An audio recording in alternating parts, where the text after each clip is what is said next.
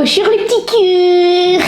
Bonjour la jeunesse, j'espère aujourd'hui que vous allez bien. Oui, toujours cette intro, on l'oublie pas, on la perd pas, on reste qui on est, même si beaucoup de choses ont changé autour. Pour être très honnête avec vous, j'avais déjà tourné une vidéo juste avant, et c'est pendant le montage que je me suis dit, on va recommencer la vidéo parce que t'es un peu négatif bro, il faut peut-être te reposer un peu avant de faire la vidéo. Donc c'est pour ça que je la refais aujourd'hui. Et je pense qu'effectivement je vous dois un petit peu des explications, parce que les choses ont vachement changé. J'ai aussi beaucoup disparu des réseaux, surtout sur YouTube, hein. On va pas faire les drama queens, j'étais quand même sur Insta, TikTok et Facebook, donc vous avez quand même continuellement pu me voir, hein. Faut arrêter de faire les dramas. J'ai juste disparu du format horizontal, c'est juste ça. Mais je vous dois quand même des explications, parce qu'effectivement vous avez dû vous demander comment ça se fait que du jour au lendemain il y a une vidéo et puis il y a plus de vidéos, parce que je faisais une vidéo par semaine. Il s'est passé beaucoup de choses qui ont fait que j'ai fait on va un petit peu se stopper dans tout ça. La première raison qui a fait que j'ai arrêté de poster des vidéos sur YouTube, c'est que je me suis vraiment beaucoup saucée. D'ailleurs vous avez remarqué, la dernière vidéo que j'ai postée c'était sur les Fashion Week. C'est d'ailleurs les vidéos qui m'ont demandé le plus d'énergie, de temps de travail, aussi bien pour la préparation des looks, pour aller chercher les looks, pour préparer le voyage, pour l'investissement des voyages, l'investissement aussi des personnes qui sont venues m'aider pour faire ça. Le fait d'aller se les peler aussi dans le froid, hein, ça a joué, ça a fatigué beaucoup. En plus de ça, j'habitais pas à Paris à ce moment-là, donc du coup faire les allers-retours et tout, c'était vachement fatigant. Après ça, il y avait des heures et des heures de rush à monter pour les montrer sur YouTube. Pas mal d'investissements aussi bien financiers que énergivores. Au bout d'un moment, j'ai pété les plombs, parce qu'en fait quand je voyais le ratio travail et reconnaissance, c'est pas équitable en fait. Moi j'ai commencé les réseaux, je faisais des 500 000 vues, des millions de vues. Le minimum que je pouvais toucher à un moment donné c'était 100 000 vues. Là maintenant j'arrive à un stade où je mettais 2 fois plus d'investissement pour 3 fois moins de visibilité. Genre j'étais à 15 000 vues quand je sortais la vidéo, et encore. Alors oui, certes on ne fait pas les choses pour les vues. Normalement sur l'influence, les réseaux, etc.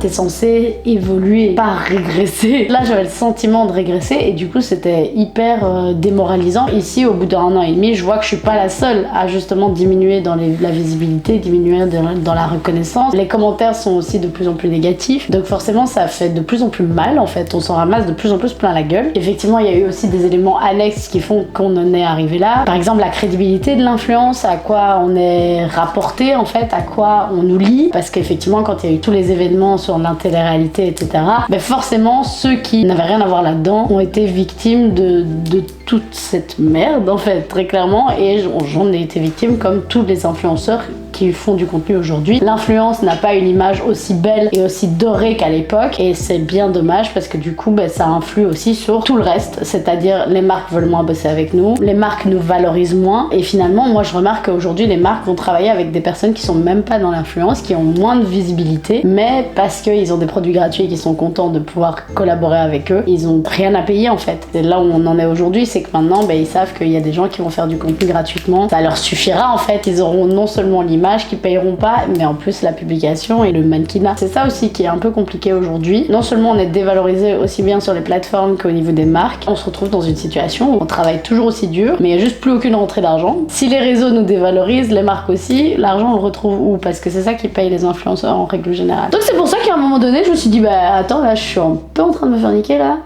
Donc ça a été un peu le début du bordel. Ça c'est pour 2023, hein. Donc c'était plus ou moins en février 2023. Mars 2023, j'ai été confrontée à des traumas dans ma vie privée, des traumas de l'époque qui me sont revenus dans la gueule très clairement. Psychologiquement ça a été très dur, et je me suis pas sentie vraiment épaulée malheureusement à ce moment-là. Je me suis sentie très seule, ça a été très compliqué. Vraiment j'étais dans le noir, j'ai eu peur. C'est une des rares fois où j'aurais pu faire de la merde. Je me suis retrouvée seule face à rien en fait, parce que j'avais ni le soutien, ni mon travail, ni les finances. En fait j'étais en train de tout perdre. Il faut savoir que mon travail c'est ma passion première. L'art en général c'est vraiment ce qui me fait vibrer sur cette terre, et c'est ma raison de vivre en fait. Le fait que ce boulot me tourne le dos aussi bien que tout le reste, je me suis retrouvée un peu en mode j'ai plus rien à faire ici en fait. J'avais plus de raison d'être là. Heureusement il y avait quelques personnes qui ont été là pour moi, qui m'ont aidé à passer ce moment qui a été très compliqué. Et en fait à un moment je me suis dit, je pense que je me suis ramassé assez de gifs pour me rendre compte qu'il était temps de se casser d'ici en fait. La Belgique ça faisait des années moi que je voulais partir en France. Ça faisait des années que je pensais à Paris, que je me disais que là-bas il y avait plus d'investissement dans le domaine de l'art, dans le domaine de l'entrepreneuriat aussi, parce qu'on dit que la France est beaucoup taxée, etc.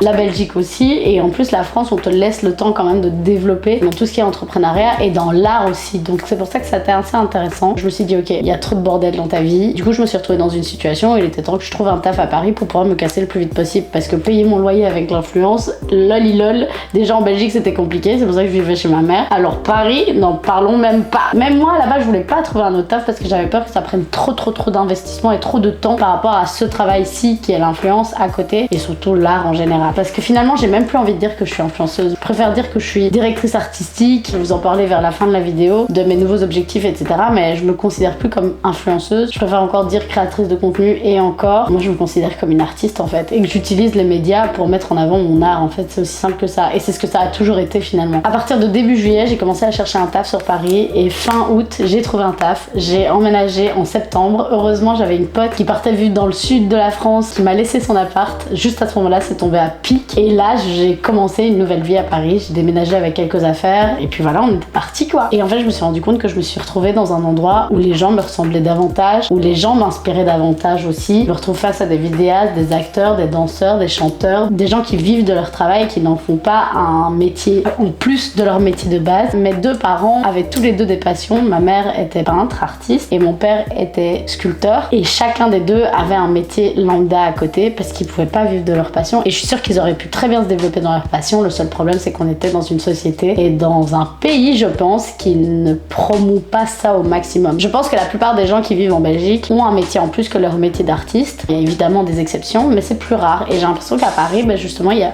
plus d'artistes. Bon, évidemment, maintenant, aujourd'hui, on arrive à un stade dans la vie où c'est la crise, c'est la galère, donc il y a beaucoup d'artistes qui viennent pour retrouver un nouveau taf. Il y a beaucoup d'influenceurs aussi qui cherchent des nouveaux tafs, parce qu'il n'y a pas que moi, je suis pas la seule, je le sais très bien. Ça, c'est parce qu'on valorise pas notre travail, malheureusement, malgré qu'il y ait énormément de travail. Et c'est là que je me dis vraiment, franchement, l'influence, métier ingrat de dingue. Si vous voyez tout le travail qu'il y a derrière, même ceux qui ont essayé de commencer les réseaux et qui se sont rendus compte de la dose de travail derrière, imaginez quand tu travailles mais que t'as même pas de résultat, c'est hyper frustrant. Je pense que c'est pour ça qu'à partir d'avril jusque quand je me suis cassée en France, donc août, j'ai vu du noir. Burn-out total, je suis partie en couille et je me suis même pas sentie soutenue. J'étais seule dans ma merde, très clairement. Et finalement, on l'entend aussi, il y a énormément d'influenceurs qui ont fait des burn-out, c'est connu. Arrivé à Paris, tout s'est bien passé. Pour continuer cette année 2023 de merde et challengeante, vers fin 2023, j'ai eu des problèmes de santé. J'en ai parlé à personne. J'ai gardé tout ça pour moi. Je me suis retrouvée dans un pays où j'avais même pas encore les aides sociales, la sécurité sociale, etc.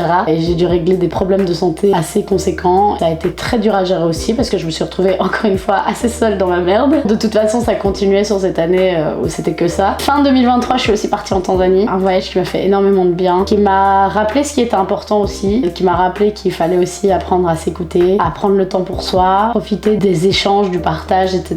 Et c'est un voyage qui m'a élevée, qui m'a vraiment calmée un peu face à toute cette merde.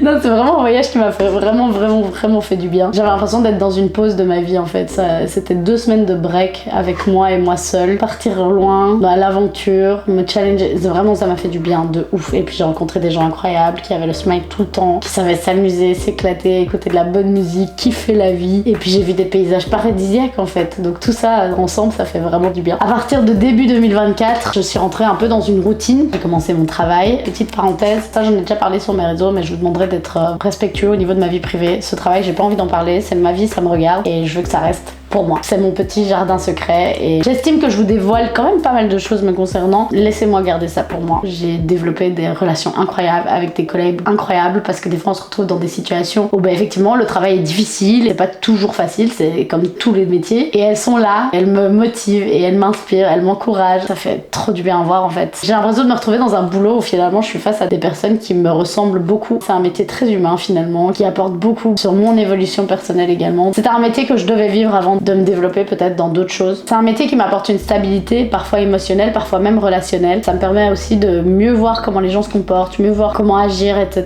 Ça me crée une confiance en moi. Ça me fait grandir en fait. Donc c'est que du bénéf. Pour combien de temps, je sais pas. On verra bien, mais en tout cas, jusqu'à aujourd'hui, ça se passe bien et je kiffe toujours ce que je fais. Pour revenir sur le financier, c'est quand même la première fois depuis que je travaille dans ce boulot que j'ai plus l'impression de me retrouver dans une précarité étudiante en fait. Depuis mes 24 ans jusqu'à mes 29 ans, j'ai vécu dans la précarité étudiante. concluante. En vrai de vrai, c'est quasi ce qui s'est passé. Ça arrivait que je reçoive des sommes pour des contrats, etc. avec des marques, mais à chaque fois, il fallait compter la moitié qui partait, et puis c'était une somme que je recevais, mais c'était pour combien de temps? Parfois, j'allais recevoir une grosse somme. Ok, oui, c'est très cool, mais ça allait durer 2 ans avant qu'il y ait une autre somme qui tombe, en fait. Et en fait, c'est ça le problème des réseaux, c'est que finalement, t'es toujours dans l'instabilité. Tu sais jamais comment va se passer le mois suivant. C'est ça qui est vraiment dur. Moi, là, c'est la première fois que je me retrouve dans une situation où je peux me permettre de me faire plaisir, et encore, moi, je suis pas quelqu'un qui vit au-dessus de mes moyens, et c'est la première fois du coup que quand j'investis dans quelque chose qui coûte un peu plus cher, je suis en mode ok, le mois prochain il y aura de l'argent, donc tranquille, tu vois. Ce feeling m'amène une paix. Je comprends que l'argent ça fait pas le bonheur, mais en tout cas l'argent ça amène la paix de l'esprit. Cette paix là, je l'ai pas vécue depuis tellement longtemps. J'ai décidé aussi de déconnecter avec les réseaux, pas déconnecter à 100% parce que si vous regardez un peu ce que je fais sur Insta, TikTok et tout, je continue de publier quasi une vidéo par jour comme je le faisais jusqu'à maintenant. Émotionnellement, je m'investis beaucoup moins. S'il y a pas de vidéo telle période, ok, c'est ok. Si j'ai pris du retard sur la création de contenu, c'est ok. En fait, le fait de travailler aussi pour un autre boulot, je me rends compte de ma valeur, et du coup je me dis mais attends,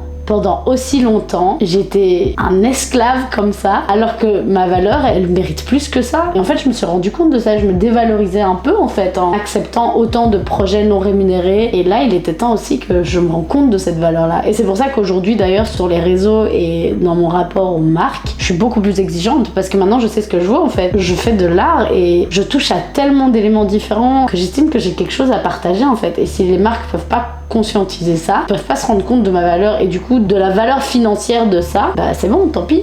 Enfin, c'est bon en fait, parce que je sais que j'ai un taf qui lui reconnaît ma valeur et me paye pour ça. La paix financière, la paix professionnelle. Aujourd'hui, mes nouveaux objectifs, c'est de me développer dans la direction artistique, chose que je fais depuis des années en fait finalement, mais je me suis jamais vraiment spécialisée là-dedans. D'ailleurs, j'ai eu énormément de projets dans la DA à l'époque que je vous ai jamais partagé, et je me dis que c'est dommage parce qu'en fait, je devrais vous montrer aussi ce que je fais dans la direction artistique, parce que oui, en fait, finalement, quand vous regardez mes univers sur Instagram, avec mes looks, mes make-up, mon nail art et le fond, tout ça c'est moi qui fais, et c'est ça de la DA en fait finalement. Avec le temps, j'ai réalisé aussi que produire, même ma collection, etc., j'aime pas ça. Par exemple, quand j'ai créé ma collection de t-shirts imprimés, déjà j'étais frustrée parce que j'aurais aimé faire quelque chose de un peu plus haut de gamme que ça, mais comme j'avais pas les financements nécessaires pour faire quelque chose de plus gros, j'ai fait juste une marque de t-shirts imprimés. Les impressions, j'étais hyper contente du résultat, etc. Je suis hyper contente des produits que j'ai sortis, mais si on prend du recul sur la chose, c'était 5% de créativité, de créer les dessins, les designs, etc.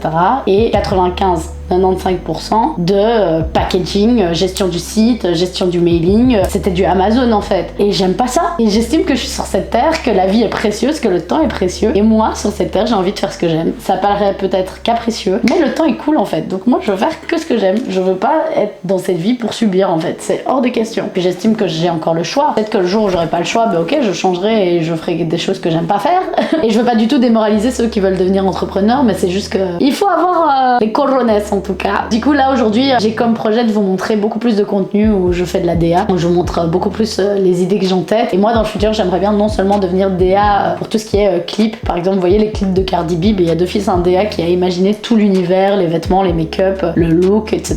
Et d'ailleurs je suis très inspirée par cette DA parce qu'ils sont incroyables avec beaucoup de couleurs, de folie, et c'est ça que j'aime. Comme tu peux aussi faire la DA par exemple de produits, où par exemple t'as une marque qui est établie, imaginons une marque de bougies qui cherche une créatrice pour faire une édition limitée pour Pâques par exemple, et du coup ce serait les bougies nanana featuring Hailey D, et alors moi ce serait moi qui ferais genre le design des bougies, etc. J'ai le métier de designer avec le stylisme que j'ai appris à l'époque, et je sais que je pourrais apporter cette touche et m'adapter justement aux règles de la boîte pour créer quelque chose. En plus, ce que j'aime bien dans l'idée de bosser avec une marque, t'as un peu le challenge de justement respecter l'idéologie de la marque pour aussi amener ta touche tout en respectant l'ADN de la marque, et ça j'aime beaucoup ce challenge là. Des challenges comme ça, j'ai l'impression de me retrouver à l'école, et j'aime trop ce truc de genre on te dit voilà il y a tel projet, tu dois faire ça, et toi t'es là ok comment je vais faire, oh ça va être un casse-tête, mais vas-y je vais gérer. En fait j'aime bien ce truc là, et c'est vraiment ce vers quoi je veux aller aujourd'hui. Il y a un truc aussi que j'ai oublié de vous dire, c'est que depuis que je suis arrivée à Paris, tout se dégoupille parfaitement. D'ailleurs le boulot que j'ai trouvé, et ça a été super simple, alors qu'en Belgique j'ai toujours galéré à trouver du taf, vraiment. Au niveau des appartements, le fait que j'ai ma pote qui se cassait justement dans le sud, qui m'a laissé son appart dont elle est propriétaire, et du coup c'était beaucoup plus simple aussi pour tout ce qui était la paperasse administrative, etc.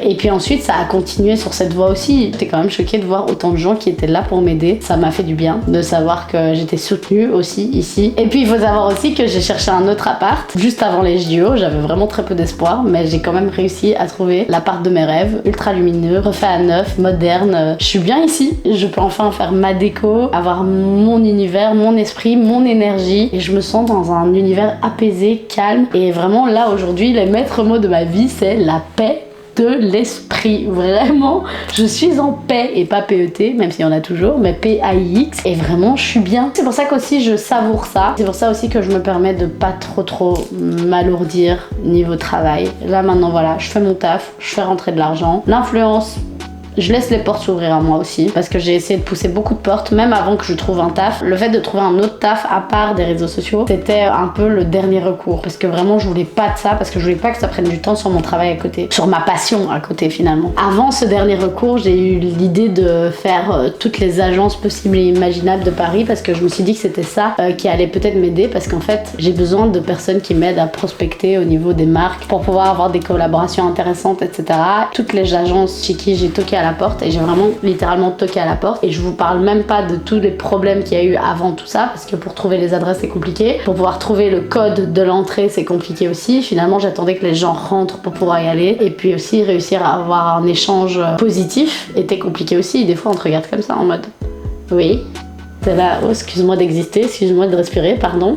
Et ça je l'ai fait pendant plusieurs semaines, toquer à des tonnes et des tonnes et des tonnes de portes d'agences, et il y en a aucune qui m'a laissé au moins une porte entrouverte en fait. Et j'ai peut-être pas été voir les bonnes agences, peut-être qu'il y en a d'autres que j'ai nexté qui auraient pu peut-être m'aider, j'en sais rien, mais en tout cas c'est vrai que la vie m'a montré que c'était peut-être pas la voie, ou du moins pas maintenant. Et c'est aussi pour ça que j'ai cherché un autre boulot, c'est que je me suis dit ben voilà, c'est le dernier recours, j'ai pas réussi, maintenant c'est bon. Et du coup c'est pour ça que maintenant je suis vraiment à un stade où les portes je les pousse plus, je laisse les portes s'entrouvrir, et alors si j'ai une porte qui s'entrouvre, je la prends, tu vois. Je suis toujours ouverte à continuer à me développer dans ce que je fais, parce que je suis vraiment passionnée par ce que je fais, mais en tout cas je vais le faire d'une autre manière, parce que pendant très longtemps ça a été une obsession, ça m'a fait mal, ça m'a détruit clairement. Là je suis en train vraiment de me relever de tout ça en fait. J'en profite aussi pour penser à moi, profiter de la paix de l'esprit dans laquelle je suis. À tel point quand même au niveau relationnel, je réfléchis même plus en fait. Je veux tellement être en paix que si tu sors de ce concept, ou que tu vibres pas à la même fréquence que moi, nonchalance, vraiment, nonchalance, c'est les maîtres mots de la vie. Je dis ça tout le temps à une pote.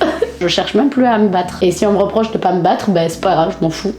J'ai plus envie, moi je suis là, je fais ma vie, tu veux venir dans ma vie, ben y a pas de souci, t'es la bienvenue. Enfin vraiment, je vais jamais avoir ce truc d'être en mode qu'est-ce que tu fous là, tu vois. Je vais toujours laisser le bénéfice du doute aux gens. Par contre, le jour où tu décides de partir, ben vas-y, bye.